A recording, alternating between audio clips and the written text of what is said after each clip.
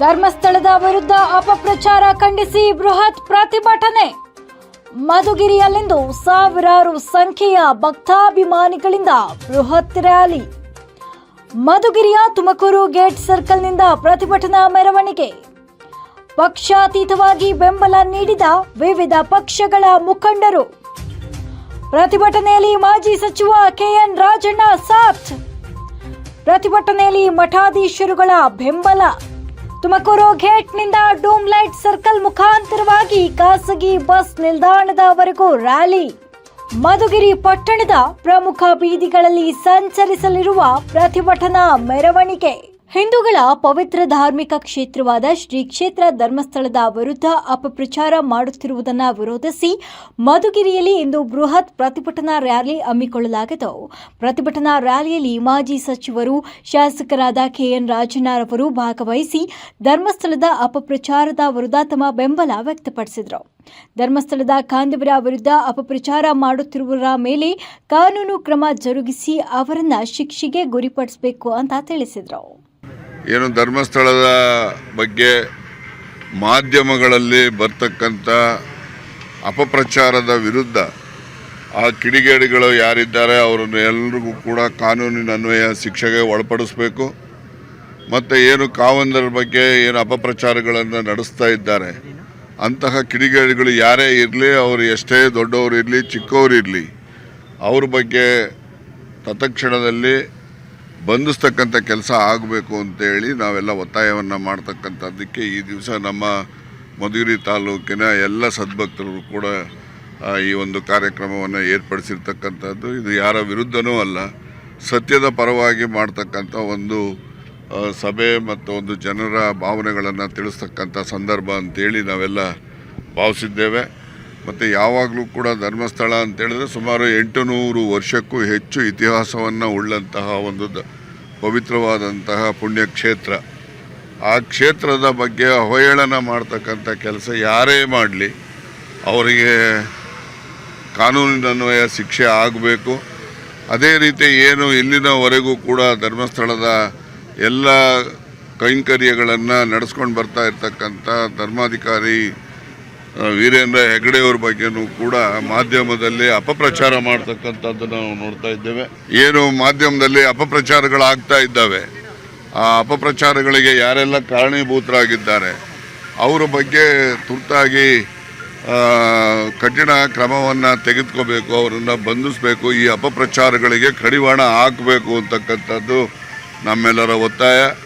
ಈ ಒಂದು ಕಾರ್ಯಕ್ರಮದಲ್ಲಿ ತಗ್ಗಿಹಳ್ಳಿಯ ಸ್ವಾಮೀಜಿಯವರು ಕೂಡ ಭಾಗವಹಿಸಿರ್ತಕ್ಕಂಥದ್ದು ನಮ್ಮ ತಾಲೂಕಿನ ಜನರ ಎಲ್ರಿಗೂ ಕೂಡ ಬಹಳ ಸಂತೋಷವನ್ನು ಕೂಡ ತಂದಿದೆ ಅಂತೇಳಿ ನಾವು ಯಾವಾಗಲೂ ಕೂಡ ಧರ್ಮಸ್ಥಳದ ಮಂಜುನಾಥನ ಸನ್ನಿಧಿಯ ಪಾವಿತ್ರತೆಯನ್ನು ಕಾಪಾಡ್ತಕ್ಕಂಥದ್ದು ಮತ್ತು ಧರ್ಮಾಧಿಕಾರಿಗಳ ಬಗ್ಗೆ ನಡೀತಕ್ಕಂಥ ಅಪಪ್ರಚಾರದ ಬಗ್ಗೆ ನಾವೆಲ್ಲರೂ ಕೂಡ ಖಂಡನೆಯನ್ನು ಮಾಡ್ತೇವೆ. ಅವರುಗಳ ಬಗ್ಗೆ ಕ್ರಮವನ್ನು ಕಾನೂನಿನನ್ವಯ ತೆಗೆದುಕೋಬೇಕು, ಶಿಕ್ಷೆ ಆಗಬೇಕು. ಮುಂದೆ ಈ ಅಪಪ್ರಚಾರಗಳು ನಿಲ್ತಕ್ಕಂಥದ್ದಕ್ಕೆ ಕಠಿಣವಾದಂತಹ ಕಾರ್ಯಕ್ರಮಗಳನ್ನು ಸರ್ಕಾರ ತೆಗೆದುಕೊಳ್ಳುತ್ತೆ ಅಂತಕ್ಕಂಥ ವಿಶ್ವಾಸ ಮತ್ತು ನಮ್ಮ ಎಲ್ಲರೂ ಕೂಡ ಒತ್ತಾಯನೂ ಕೂಡ ಇದೆ. ಶ್ರೀ ಕ್ಷೇತ್ರ ಧರ್ಮಸ್ಥಳಕ್ಕೆ ಸುಮಾರು 800 ವರ್ಷಗಳ ಇತಿಹಾಸವಿದ್ದು ಈ ನಾಡಿನ ಪ್ರಮುಖ ಹಿಂದೂ ಧಾರ್ಮಿಕ ಕ್ಷೇತ್ರವಾಗಿದೆ. ಸಹ ಕ್ಷೇತ್ರದ ವಿರುದ್ಧ ಕಿಡಿಗೇಡಿಗಳಿಂದ ಮಂಜುನಾಥ ಸ್ವಾಮಿ ಹಾಗೂ ವೀರೇಂದ್ರ ಹೆಗ್ಗಡೆಯವರ ವಿರುದ್ಧವೂ ಅಪಪ್ರಚಾರ ಮಾಡ್ತಾ ಇದ್ದಾರೆ. ಈ ಅಪಪ್ರಚಾರವನ್ನು ಖಂಡಿಸಿ ಮಧುಗಿರಿಯಲ್ಲಿ ಇಂದು ಬೃಹತ್ ಪ್ರತಿಭಟನೆ ನಡೆಸುತ್ತಿದ್ದೇವೆ ಅಂತ ತಿಳಿಸಿದರು.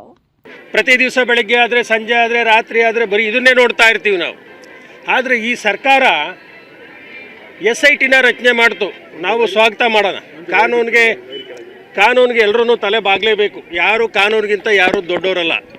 SIT ರಚನೆ ಮಾಡಿದ್ದಾದಮೇಲೆ ಅಲ್ಲಿ ಫಸ್ಟು 5 ಕಡೆ ಅಂತೇಳಿರೋ, 10 ಕಡೆ ಅಂತೇಳಿರೋ, 13 ಹೇಳಿರೋ, 17 ಹೇಳಿರೋ ಮನುಷ್ಯ ಮುಸುಕ್ದಾರಿ ಅದನ್ನು ತೋಡ್ಕೊಂಡು ಹೋಗ್ತಾನೆ ಇದ್ದಾರೆ.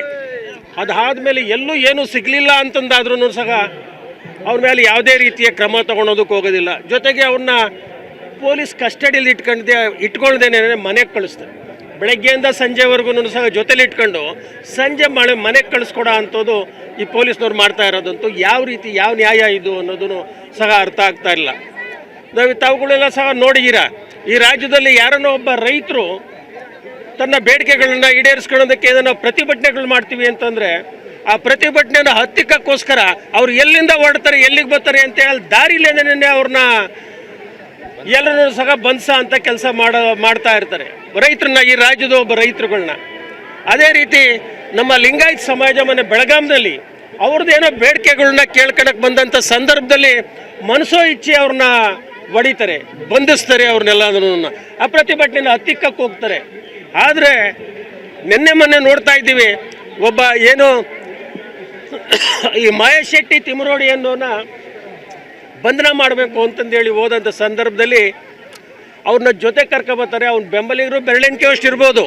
ಆ ಬೆರಳೆಣಿಕೆ ಅಷ್ಟು ಇರೋ ಅಂಥ ಬೆಂಬಲಿಗರನ್ನ ಸ್ಟೇಷನ್ವರೆಗೂ ಅವ್ರನ್ನ ಆರತುರಾಯಿ ಹಾಕ್ಕೊಂಡು ಮೆರವಣಿಗೆ ಮಾಡ್ಕೊಂಡು ಬಂದು ಕರ್ಕೊಂಡು ಬಂದು ಅಲ್ಲಿ ಪೊಲೀಸ್ನವ್ರ ಜೀಪ್ಗಳಿಗೆಲ್ಲನೂ ಡಿಕ್ಕಿ ಹೊಡೆದು ಆಕ್ಸಿಡೆಂಟ್ ಎಲ್ಲನೂ ಮಾಡಿ ಗಲಾಟೆ ಮಾಡ್ತಾರೆ ಅಂತಂದರೆ ಈ ರಾಜ್ಯದಲ್ಲಿ ಕಾನೂನು ಸುವ್ಯವಸ್ಥೆ ಇದೆಯಾ? ಕಾನೂನು ಸುವ್ಯವಸ್ಥೆ ಇದೆಯಾ? ಏನು ಮಾಡ್ತಾರೆ? ಒಬ್ಬ ರೈತ ಪ್ರತಿಭಟನೆ ಮಾಡಿದರೆ ಅಲ್ಲೇನೇ ಸಹ ಅವನ್ನ ಪ್ರತಿಭಟನೆನ ತಿಕ್ಕಕ್ಕೆ ಹೋಗ್ತಾರೆ. ಆದರೆ ಇಡೀ ರಾಜ್ಯ ಇವತ್ತು ಕೂಗ್ತಾ ಇದೆ. ಅವ್ನು ಮಾಡ್ತಿರೋದು ಅವನಿಗೆ ಎಲ್ಲಿಂದ ಹಣ ಬರ್ತಾ ಇದೆ, ಯಾರು ಹಣ ಕೊಡ್ತಾ ಇರೋರು ಯಾರು, ಇದಕ್ಕೆಲ್ಲ ಕುಮ್ಮಕ್ಕೆ ಯಾರು ಅನ್ನೋದನ್ನು ಪ್ರತಿಯೊಬ್ಬ ಪ್ರಜೆನೂ ಸಹ ಇವತ್ತು ನಮ್ಮ ರಾಜ್ಯದಲ್ಲಿ ಇವತ್ತು ದೇಶದಲ್ಲಿ ಇರ್ಬೋದು ನೋಡ್ತಾ ಇರ್ತಾರೆ. ಆದರೆ ಅಂಥ ವ್ಯಕ್ತಿ ಒಬ್ಬ ಪೊಲೀಸ್ ಸ್ಟೇಷನ್ವರೆಗೂ ಮೆರವಣಿಗೆ ಮಾಡ್ಕೊಂಡು ಹೋಗಿ ಒಳಗಡೆಗೆ ಹೋಗ್ತಾನೆ, ಅಲ್ಲಿ ಗಲಾಟೆಗಳು ನಡೀತವೆ ಅಂತಂದರೆ ಈ ಸರ್ಕಾರ ಅವ್ರಿಗೆ ಬೆಂಬಲ ಕೊಡ್ತಾ ಆಯ್ತಾ, ಇಲ್ಲ ಜನಗಳ ಪರವಾಗಿದೆಯಾ ಇದು ಸರ್ಕಾರ ಅನ್ನೋದನ್ನು ತಾವೆಲ್ಲದನ್ನು ಸಹ ಅರಿಬೇಕಾಗುತ್ತೆ. ಅದರಿಂದ ಇವತ್ತು ನಮ್ಮ ತಾಲೂಕಿನಲ್ಲೂ ಸಹ ಇವತ್ತು ಮಾನ್ಯ ಪೂಜ್ಯ ವೀರೇಂದ್ರ ಹೆಗಡೆಯವರು ಏನು ಧರ್ಮಸ್ಥಳ ಗ್ರಾಮೀಣಾಭಿವೃದ್ಧಿ ಅಂತ ಸಂಸ್ಥೆಯನ್ನು ಇವತ್ತು ಮಾಡಿ ಸಾಕಷ್ಟು ಬಡ ಜನಗಳಿಗೆ ಇವತ್ತು ಬಡವರಿಗೆ ಅನುಕೂಲ ಮಾಡ್ತಾ ಇದ್ದಾರೆ. ಅದ್ರ ಜೊತೆಗೆ ಇವತ್ತು ಸಾವಿರಾರು ದೇವಸ್ಥಾನಗಳನ್ನ ಇವತ್ತು ಜೀರ್ಣೋದ್ಧಾರ ಮಾಡಿದ್ದಾರೆ ನಮ್ಮ ರಾಜ್ಯದಾದ್ಯಂತಲೂ. ಅದಕ್ಕೋಸ್ಕರ ತಾವೂ ಸಹ ಸ್ವಾಮೀಜಿಯವ್ರಿಗೆ ಮನೆ ನಾನು ಹೋದ್ವಾರ ಹೋಗಿದ್ದೆ. ನಾನು ಭಾನುವಾರ ಹೋಗಿ ಸೋಮವಾರ ಬೆಳಗ್ಗೆ ಇದ್ದು ಅಲ್ಲೇ ನಾನು ಗುಂಡೋಡಿಸ್ಕೊಂಡು ಬಂದಿರೋದು. ಮನೆ ಪೂಜ್ಯರನ್ನ ಒಂದು ಬಸ್ ಮಾಡ್ಕೊಂಡು ಹೋಗಿದ್ವಿ, ದೊಡ್ಡ ಬಸ್ಸೇನೆ. ಮನೆ ಪೂಜ್ಯರನ್ನ ಭೇಟಿ ಮಾಡ್ಕೊಂಡು ಬಂದ್ವಿ. ಧೈರ್ಯವಾಗಿರಿ ಸ್ವಾಮಿ, ನಾವೆಲ್ಲರೂ ನಿಮ್ಮ ಜೊತೆಗಿದ್ದೀವಿ ಅಂತಂದು ಹೇಳಿ ಬಂದ್ವಿ. ಅದರಿಂದ ಇವತ್ತು ನಮ್ಮ ತಾಲೂಕಲ್ಲೂ ಸಹ ಅದರ ವಿರುದ್ಧ ಇವತ್ತು ಪ್ರತಿಭಟನೆಯನ್ನು ಮಾಡೋ ಅಂಥದ್ದು ಸಹ ಬೃಹದಾಕಾರವಾಗಿ ಇವತ್ತು ಹಮ್ಮಿಕೊಂಡಿದ್ದೀವಿ. ಆ ಪ್ರತಿಭಟನೆ ಮಾಡ್ತೀವಿ. ನಾವೆಲ್ಲದೂ ಸಹ ಪೂಜ್ಯರ ಜೊತೆ ಇರ್ತೀವಿ. ಧರ್ಮಸ್ಥಳದಲ್ಲಿ ಇವತ್ತು ಏನು ಧರ್ಮಸ್ಥಳ ಅಂತಂದರೆ ಇವತ್ತು ಒಂದು ಮಿನಿ ಗೌರ್ಮೆಂಟ್ ಇದ್ದಂಗೆ. ಇವತ್ತು ಈ ರಾಜ್ಯದಲ್ಲಿ ಇವತ್ತು ಒಂದು ಮಿನಿ ಗೌರ್ಮೆಂಟ್ ಇದ್ದಂಗೆ ಸರ್ಕಾರಗಳೇ ಒಪ್ಕೊಂಡವೆ.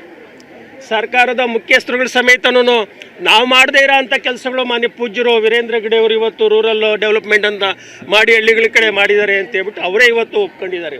ಅಂಥ ಇವ್ರಿಗೂ ಸಹ ಕಳಂಕ ಬರೋ ಅಂಥ ಯಾರೋ ಕೆಲವು ಕಿಡಿಗೇಡಿಗಳು, ಎಲ್ಲರೂ ಮಾಡ್ತಾ ಇಲ್ಲ, ಯಾರೋ ಕೆಲವು ಕಿಡಿಗೇಡಿಗಳು ಮಾಡ್ತಾ ಇದ್ದಾರೆ. ಅದಕ್ಕೆ ಸರ್ಕಾರ ಅವ್ರನ್ನ ಹತ್ತಿಕ್ಕ ಅಂತ ಕೆಲಸ ಮಾಡೋದನ್ನು ಬಿಟ್ಟು ಅವ್ರಿಗೆ ಕುಮ್ಮಕ್ಕೆ ಕೊಡೋ ಅಂಥ ಕೆಲಸ ಸಹ ಮಾಡ್ತಾ ಇದೆ. ಅದನ್ನು ನಾವೆಲ್ಲದನ್ನು ಸಹ ಖಂಡಿಸ್ತೀವಿ.